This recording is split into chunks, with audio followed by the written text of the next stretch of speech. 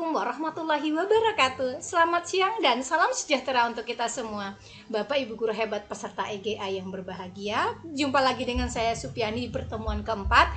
Ya, kali ini kita akan belajar mengenai analisis data pembelajaran dan umpan balik reflektif.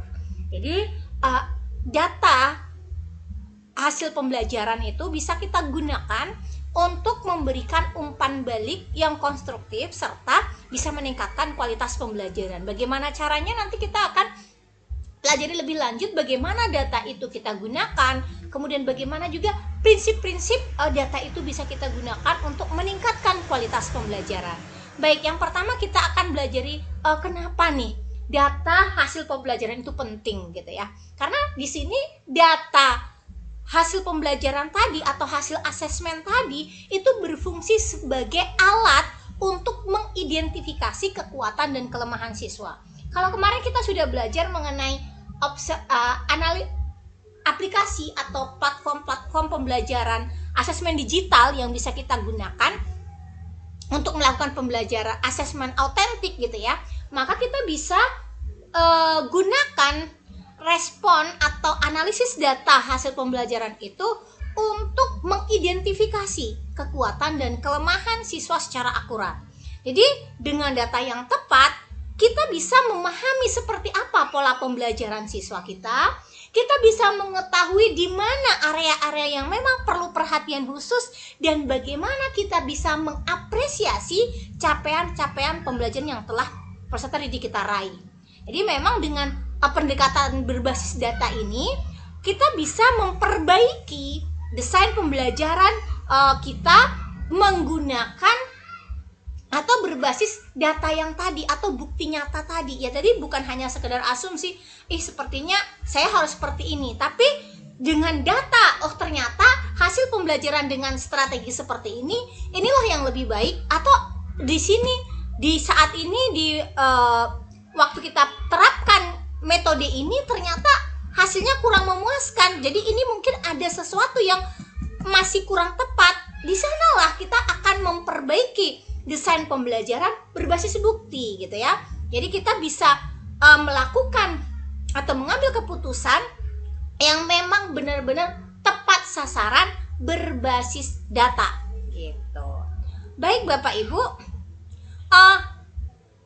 apa sih sebenarnya data hasil pembelajaran gitu ya, atau data informed teaching ya. Jadi data informasi pembelajaran tadi itu adalah data hasil asesmen ya, atau hasil asesmen yang bisa kita gunakan untuk membuat keputusan pembelajaran, baik kita merancang desain pembelajaran yang akan datang atau sebagai perbaikan berkelanjutan. Karena kita tahu data hasil pembelajaran kita seperti apa, kita tahu mana yang perlu kita perbaiki, maka kedepannya kita bisa fokus untuk peningkatan secara terus-menerus gitu.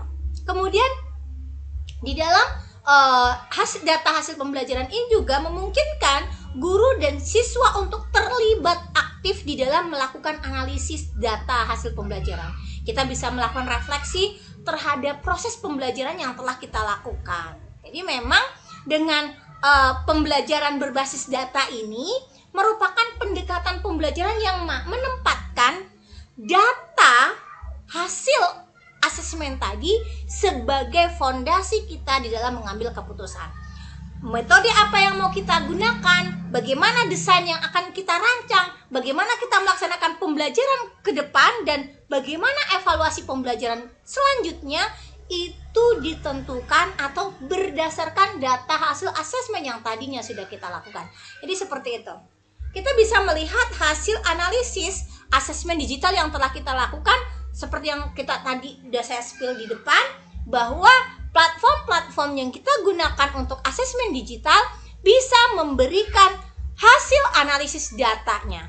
Contoh kita di sini akan menggunakan Google Form dan Quizzes. Jadi Google Form dan Quizzes itu memang menyediakan kemampuan analisis data yang powerful, karena memang data hasil olahan mereka atau hasil analisis data hasil asesmen yang mereka berikan itu bisa membantu kita untuk melakukan perbaikan pembelajaran.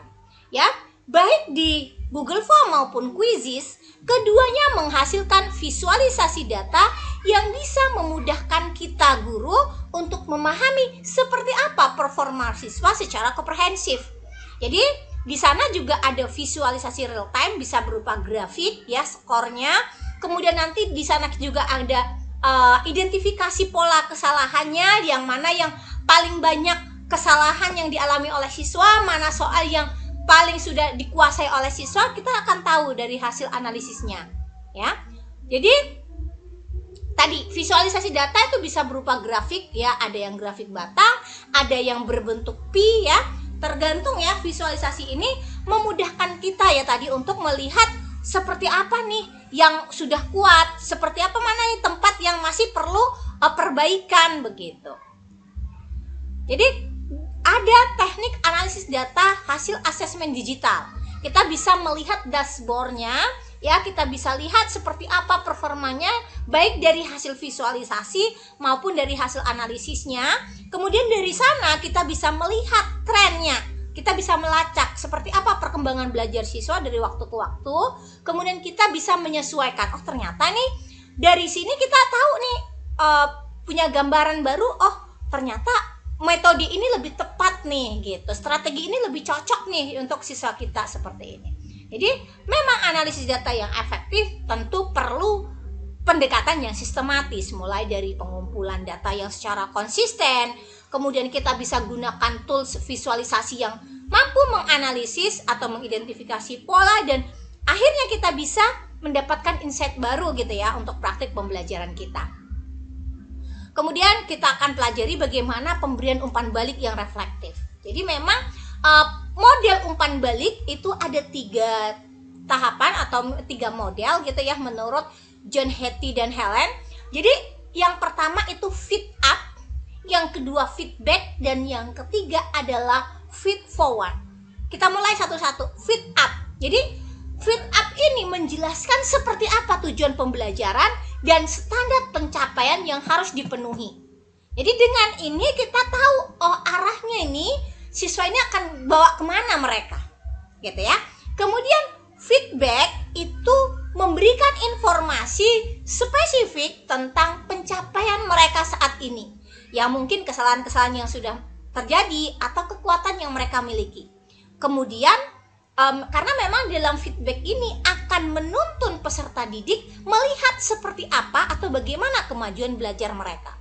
Kemudian feed forward itu memberikan arah ya yang konstruktif untuk perbaikan dan strategi pembelajaran ke depannya. Jadi di dalam sebuah umpan balik itu ada feed up-nya, ada feedback-nya, harus ada forward-nya. Ya, feed forward-nya gitu ya. Jadi sehingga nanti peserta didik yang mendapat feedback ini akan bisa benar-benar bisa memperbaiki proses belajar mereka sesuai dengan arahan atau masukan-masukan dari kita tadi. Sekarang bagaimana nih strategi kita melibatkan siswa di dalam melakukan refleksi? Jadi karena memang refleksi penting ya untuk perbaikan proses pembelajaran. Dalam refleksi kita bisa melibatkan siswa melalui kegiatan self assessment dan juga peer assessment ya. Self assessment atau asesmen diri sendiri itu akan mendorong peserta didik untuk mengenali kekuatan dan kelemahan diri mereka sendiri secara jujur ya. Jadi dengan proses self assessment ini siswa diharapkan bisa mengembangkan kesadaran metakognitif mereka yang memang penting untuk pelajaran mandiri mereka ya. Dengan adanya self assessment ini, peserta didik akan bisa meningkatkan ownership terhadap proses belajarnya. Mereka tahu nih ini proses belajar saya. Mereka punya andil, mereka merasa memiliki proses itu. Kemudian mereka bisa mengembangkan kemampuan evaluasi dirinya dan membangun kemandirian belajar. Dia tahu nih proses belajar saya seperti ini. Saya harus perbaikannya seperti ini. Mereka sendiri yang akan menyadari langkah-langkah apa nih yang perlu mereka lakukan gitu ya. Kemudian ada peer assessment atau assessment terhadap rekan sejawat gitu ya. itu bisa meningkatkan keterampilan berpikir kritis dan kolaborasi antar teman. Jadi mereka akan belajar untuk memberikan dan menerima kritik-kritik yang konstruktif. Mereka kan belajar memberikan kritik atau memberikan masukan terhadap teman yang lain ya, menilai bagaimana cara dan gaya belajar temannya gitu. Mereka akan bisa juga menerima masukan-masukan dari temannya tadi gitu ya. Jadi dengan peer assessment itu akan melatih kemampuan analisis yang objektif. Kemudian mereka juga akan memperkuat pemahaman terhadap kriteria kualitas dan membangun budaya saling belajar. Mereka tidak akan menjatuhkan, tapi mereka akan sama-sama bareng-bareng gimana nih saya dan dia bisa sama-sama berkembang. Jadi contoh aktivitas yang bisa kita lakukan untuk refleksi ini, kita bisa gunakan jurnal refleksi mingguan ya. Nanti setiap siswa akan menuliskan bagaimana refleksi pribadi mereka di setiap akhir pekan misalnya. Untuk bantu pertanyaannya kemarin di pertemuan 3 sudah ada. Kemudian yang kedua itu bisa kita gunakan diskusi kelompok. Di dalam memberikan peer assessment kita bisa membuat mereka berdiskusi ya, yang anggotanya 4-5 orang misalnya, tentang diskusi karya mereka masing-masing. Jadi saling memberi masukan nih terhadap proses yang dialami oleh temannya gitu ya. Jadi supaya saling menyadari gitu. Kemudian juga ada rubrik evaluasi bersama. Jadi siswa akan sama-sama menggunakan rubrik yang sama untuk menilai diri sendiri dan juga rekan sejawatnya. Jadi di sini perlu adanya siswa aktif ya dan berkolaborasi di dalam refleksi. Karena memang proses refleksi ini penting menyadarkan diri mereka ya, bagaimana mereka bisa lebih baik ke depannya. Jadi keterlibatan siswa ini ya dalam proses refleksi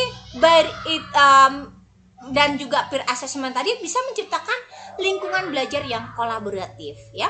Siswa bisa belajar dari perspektif teman-teman mereka dan tentu bisa mengembangkan komunikasi yang lebih efektif. Apa saja sih manfaat melibatkan siswa dalam kegiatan refleksi? Itu yang pertama, siswa bisa terlibat aktif dalam proses refleksi akan menunjukkan peningkatan dalam motivasi intrinsik mereka dan rasa tanggung jawabnya. Jadi dengan melibatkan mereka dalam proses refleksi ini, meningkatnya motivasi dan tanggung jawab mereka di dalam proses pembelajaran mereka sendiri. Manfaat yang kedua itu adalah pemahaman konsepnya itu lebih mendalam. Jadi karena mereka melakukan evaluasi diri dan juga teman sejawat, itu akan memaksa siswa untuk bisa memperoleh informasi yang lebih dalam. Mereka akan memperkuat pemahaman konsep melalui artikulasi dan analisis yang mendalam seperti itu. Kemudian dengan melibatkan siswa di dalam proses refleksi, tentu akan mengembangkan self-regular learning-nya atau SRL-nya. Itu akan berkembang ya, karena mereka melakukan refleksi, membuat perencanaan perbaikan, melakukan monitoring terhadap proses belajar mereka sendiri. Ya, bagaimana integrasi guru untuk perbaikan desain pembelajaran dari hasil informasi hasil analisis asesmen pembelajaran tadi. Jadi kita bisa melakukan refleksi guru ya, yang merupakan komponen yang paling penting gitu di dalam proses perbaikan. Kemudian kita juga melalui refleksi terstruktur itu kita bisa meningkatkan kualitas praktik mengajar. Lalu gimana nih prosesnya? Tahapannya, pertama itu adalah analisis data. Kita bisa menganalisis data hasil pembelajaran dan umpan balik yang diterima. Kemudian kita bisa mengidentifikasi insight baru atau menemukan pola trennya seperti apa ya, supaya kita bisa merancang sebuah metode pembelajaran yang efektif. Jadi ada perencanaan ulang. Kita merancang perbaikan-perbaikan ke depannya seperti apa, baru kita implementasikanlah yang sudah kita rencana perbaikan tadi. Jadi memang pada kesempatan malam hari ini kita belajar bagaimana mengolah data hasil asesmen pembelajaran untuk menjadikan pembelajaran kita lebih berkualitas seperti itu. Jadi ada 5 tahapan. Yang pertama, kita dari data hasil informasi pembelajaran tadi itu sebagai pondasinya, kita olah, kita analisis datanya, kemudian dari hasil umpan balik ya, umpan balik yang terstruktur sudah kita buat, kita libatkan siswa dan guru di dalam proses refleksi, baru kita punya komitmen bersama untuk perbaikan proses pembelajaran. Yuk, mari kita gunakan data dan refleksi sebagai alat utama untuk memperbaiki pembelajaran kita.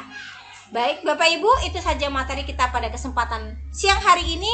Kurang lebih saya mohon maaf, saya akhiri wabillahi taufik wal hidayah. Assalamualaikum warahmatullahi wabarakatuh.